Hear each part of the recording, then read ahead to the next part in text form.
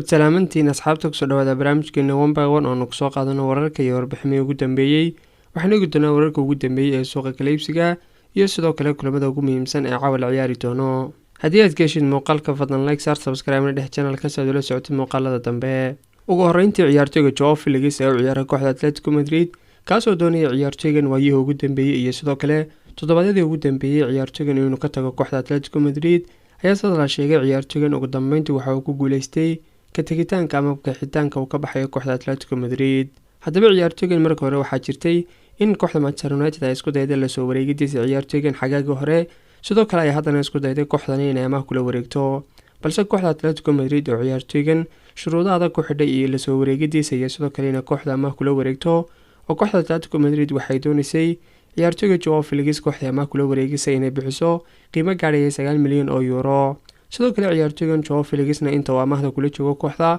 haddii ay noqoto xilli ciyaareedka inta ka dhiman oo ahayd intii u badnayd in ciyaartoygan mushaharkiisa ay kooxdu 100% qabto.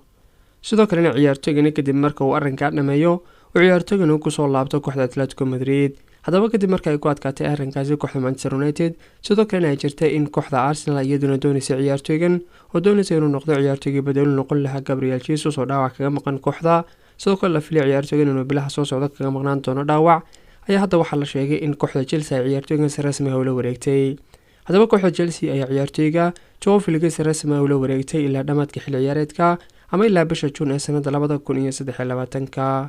haddaba ciyaartoyga Joao Felix inkastoo uu jiray khilaaf u dhaxeeya isaga iyo kooxda Atletico Madrid, ciyaartoygan Joao Felix ka hor intaanu ka tagin ama aanu ku biirin kooxda Chelsea waxa uu kooxda Atletico Madrid u saxiixi doonaa heshiis cusub kaasoo ah ilaa bisha June ee sanadda 2027. arrinkaas oo ay doonayaan mas'uuliyiinta kooxda Atletico Madrid in ciyaartoygan mustaqbalkiisa ay ku aaminaan sidoo kale ciyaartoygan ay qiimaha heshiis jabinta ciyaartoygana kor u sii qaadaan. haddaba ciyaartoygan kadib markuu heshiiska u saxiixo kooxda Atletico Madrid waxa uu maanta u duuli doonaa saacadaha soo socda magaalada London si uu tijaabada caafimaad ugu maro kooxda Chelsea. ciyaartoyga Joao Felix la soo wareegida la soo wareegtay kooxda Chelsea ayaa ah amaah ilaa sanadda 2023 bisha 6 ama dhamaadka xilli ciyaareedkan.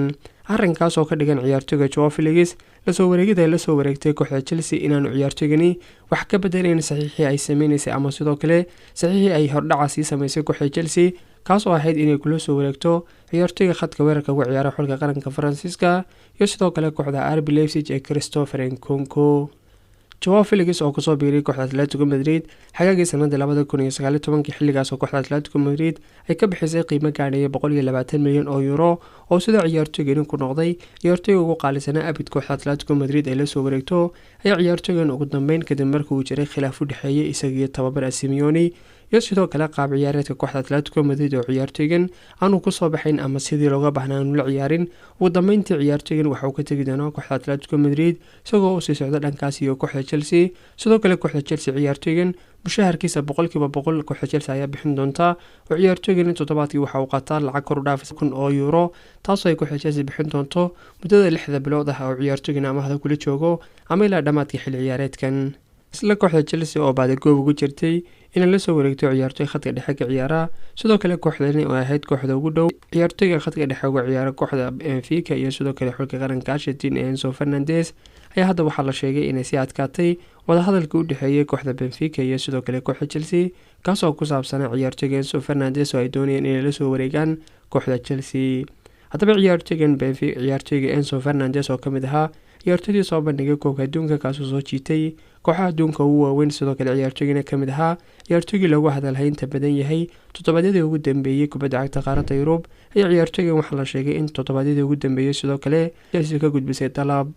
haddaba marka hore waxaa jirtay mas'uuliyiinta kooxda Chelsea in la sheegay kooxda Chelsea inay diyaar u tahay ciyaartoygan qiimaha heshiis jabinta ciyaartoygan ay ka bixiso kaasoo gaadhaya 105 milyan oo euro, balse markii dambe dalabka ay ka gudbiyeen kooxda Chelsea ciyaartoyga Enzo Fernandez ayaa noqday dalab aan u dhoweyn ama qiimo aan u dhoweyn qiimihii ciyaartoygan marka hore la sheegay kooxda Chelsea inay kula wareegto sidoo kalena ay doonayeen mas'uuliyiinta kooxda Benfica inay ku fasaxaan ciyaartoygan.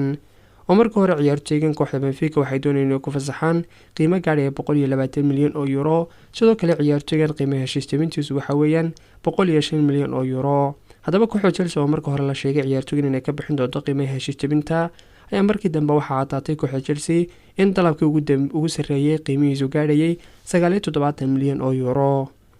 sidoo kale ciyaartooygan kooxda Chelsea markay 70 milyan euro ka bixisay ama dalabka ka gudbisay waxay isku dayeen mas'uuliyiinta kooxda Chelsea in ciyaartooy kamid ah ciyaartooyda kooxda u ciyaara ay raaciyaan ciyaartooygan kaasoo noqon karayay ama sidoo kale la sheegay inuu ahaa ciyaartooyga Hakim Ziyech oo ay sheegeen mas'uuliyiinta kooxda Chelsea in kooxda Benfica uu ciyaartooygan u ciyaaray ilaa dhamaadka xilli ciyaareedkan oo ama ugu ciyaaro ama uu ciyaaray 6 bilood ee ka dhaman xilli ciyaareedkan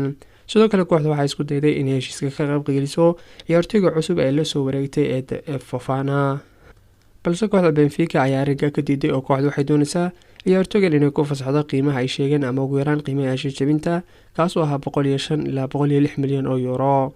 haddaba kooxda Benfica ayaa maadaama ciyaartooygan ay aanay ahayn kooxda Chelsea kooxda kaliya ee doonaysa sidoo kale ay jiraan kooxo waaweyn oo ka ciyaara qaaradda Yurub oo la sheegay kooxaha Real Madrid Liverpool iyo sidoo kale kooxda Manchester United ay kamid yihiin kooxaha doonaya ciyaartooyga Enzo Fernandez arrinkaas oo keensanaya ama ku adkeynaya in kooxda Chelsea ay ciyaartooygan qiimo yar kula wareegto ciyaartooygan sidoo kale kooxda Benfica ay kor u qaadayso maadaama ay jiraan kooxo kale oo tartamaya oo haddii kooxda Chelsea ay hal lahayd kooxda kaliya ee ciyaartooygan doonaysa waxa suuragal ah kooxda Benfica inay wax yar hoos u dhigi lahayd qiimaha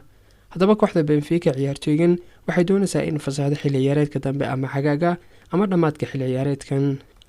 oo sidoo uu sheegay agaasimaha kooxda Benfica ee Rodgers ciyaartooygan waxa uu ka mid noqon doonaa ama waxa uu sii joogi doonaa kooxda Benfica inkastoo ciyaartooygan uu sheegay inuu doonayo inuu ka tago kooxda haddaba kooxda Benfica ayaa isku day doonta ciyaartooygan inay sii ilaashato inkastoo markii hore xataa la sheegay kooxda Benfica in ciyaartooygan ay u soo bandhigtay inaanu ku biirin kooxda Chelsea maadaama kooxda Chelsea ay hadda ku jirto kaalinta 10aad ee horyaalka Ingiriiska ee Premier League sidoo kale ay aad u adag tahay kooxda Chelsea in xilli ciyaareedka soo socda ay ka mid noqoto 4 kooxood ee mataliga wadanka Ingiriiska kuwaas galay kaalmaha ugu sarreeya kana qayb qaadanaya koobka Champions League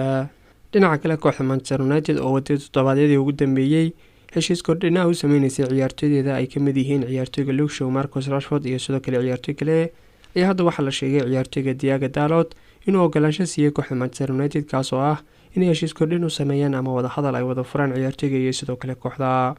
ciyaartooyga Diego Dalot ayaa la sheegay inuu ciyaartooygan ogolaaday maadaama ciyaartooygan uu hadda noqday ciyaartooyga koobaad ee ka ciyaara dambeedka midig ee kooxda Manchester United ama daafaca midig ee kooxda Manchester United sidoo kale tababaraha cusub ee Ten Hag uu yahay ciyaartooyga uu ku kalsoon yahay ciyaartooyga uu ka ciyaarsiiyo booska midig ama dambeedka midig ee daafaca kooxda Manchester United sidoo kale ciyaartooygan uu dhamaanay heshiiska uu kula jiro kooxda Manchester United sanadda 2024 oo ciyaartooygan hadda galay sanadii ugu dambeysay ama 12 bilood ee ugu dambeeyay ee heshiiska uu kula jiro kooxda Manchester United haddaba Diego Dalot ayaa waxa la filayaa Manchester United inay heshiis kordhin u sameyn doonto sidoo kale ciyaartooygu sida uu sheegay inuu ku faraxsan yahay ciyaarada kooxda Manchester United sidoo kale uu doonayo sii joogitaanka kooxda Diego Dalot ayaa waxa uu kooxda Porto kaga soo biiray kooxda Manchester United xagaagii sanadii 2018 balse ciyaartooygan sanadii xilli ciyaareedkii 2020 ilaa 2021 waxa uu amaah ugu ciyaaray kooxda AC Milan balse waa uu ku soo laabtay oo ciyaartooygan kadib markii uu ku soo laabtay kooxda Manchester United wuxuu noqday ciyaartooyga sida joogtada ugu ciyaara dambeedka midig kaasoo booska kala baxay ciyaartooygii markii hore ka ciyaari jiray ee Aaron Wan-Bissaka isla kooxda Manchester United ayaa waxay ku soo biirtay tartanka ay kooxda Bayern ugu jirto ciyaartooyga khadka weerarka ugu ciyaara xulka qaranka Faransiiska iyo sidoo kale kooxda Frankfurt ee Calumoni Manchester United ayaa waxay sii wadeen qaab ciyaareedkii fiicnaa kadib markii ay kooxda ka soo laabatay koobka adduunka oo ay ciyaartay 5 kulan waxayna ciyaar kooxda awooday in 5 kulan ee ka dambeeyay koobka adduunka dhamaantood ay ku guuleysato sidoo kale ciyaartooyga Marcus Rashford oo isaguna 5 kulanba uu dhaliyo goolal haddaba ciyaartooyga Antonio Martial ayaa isagoo ku fashilmay inuu noqdo ciyaartooyga sida joogtada ugu ciyaari lahaa lambar 9 ama weerarka kooxda Manchester United sidoo kale ciyaartooygan kulanka ugu dambeeyay waxa uu ku fashilmay inuu ciyaaro 90 daqiiqo oo dhameystiran haddaba hadda kooxda Manchester United waxa ay marayaan ama koobka ay ka qayb qaadanayaan waxay kala marayaan horyaalka Europe League waxay marayaan wareegga 32 koobka FA Cup koobka Carabao Cup waxay soo gaareen semi-final koobka FA Cup waxay marayaan wareegga 4 halka horyaalka Ingiriiska ee Premier League ay ku jiraan kaalinta 4 haddaba kooxda tababare Ten Hag waxa uu baahan doonaa ciyaartooy ku soo kordhiya wax badan kooxda Manchester United maadaama ay kooxdu u tartamayso koobabka sidoo kalena kooxdu isku day doonto inay ku soo laabato top 4 oo ay ka qayb qaadato koobka Champions League xilli ciyaareedka dambe taasoo kooxda Manchester United ay ku fashilantay inay ka gudubto wareegga gurubyada sanadihii la soo dhaafay sidoo kalena kooxdu aanay ku guuleysan wax koobaha sanadihii ugu dambeeyay haddaba sida la sheegay kooxda Manchester United ayaa waxay awood saaraysaa ciyaartooyga Calumani ciyaartooygan oo jira 24 sano ayaa waxa uu ciyaaraa kooxda Frankfurt wuxuuna awooday ciyaartooygan inuu 8 gool u dhaliyo kooxda Frankfurt 7 goolna caawiyo taasoo ka dhigan ciyaartooygan inuu 15 gool ku lug leeyahay 14 kulan oo uu ciyaaray kooxda Frankfurt xilli ciyaareedkan horyaalka wadanka Bundesliga. haddaba kooxda Manchester United ayaa isku dayay doonta inay la soo wareegto ciyaartooygan sidoo kale ciyaartooygan uu caawin doono weerarka kooxda Manchester United kana mid noqon doona ciyaartooyga la fili lahaa inuu noqon doona ciyaartooygii buuxin lahaa booska uu ka tagay ciyaartooyga iyo sidoo kale weeraryahanka hore ee kooxda Manchester United ee Cristiano Ronaldo. ugu dambeyntii haddii aynu eegno kulamada ugu muhiimsan ee caawa la ciyaari doono waxaa wadanka Talyaaniga la ciyaari doono koobka kubadda Italia oo kooxda Inter Milan ayaa waxay la ciyaari doontaa kooxda Parma halka koobka EFL Cup ama Carabao Cup wadanka Ingiriiska ay kooxda Manchester United garoonkeeda Old Trafford ku martigelin doonto kooxda Charlton Athletic taasoo ah kooxda kaliya ee ka socota Championship-ka kana mid ah kooxaha soo gaadhay heerka wareegga afraad ee koobka FA Cup wadanka Ingiriiska.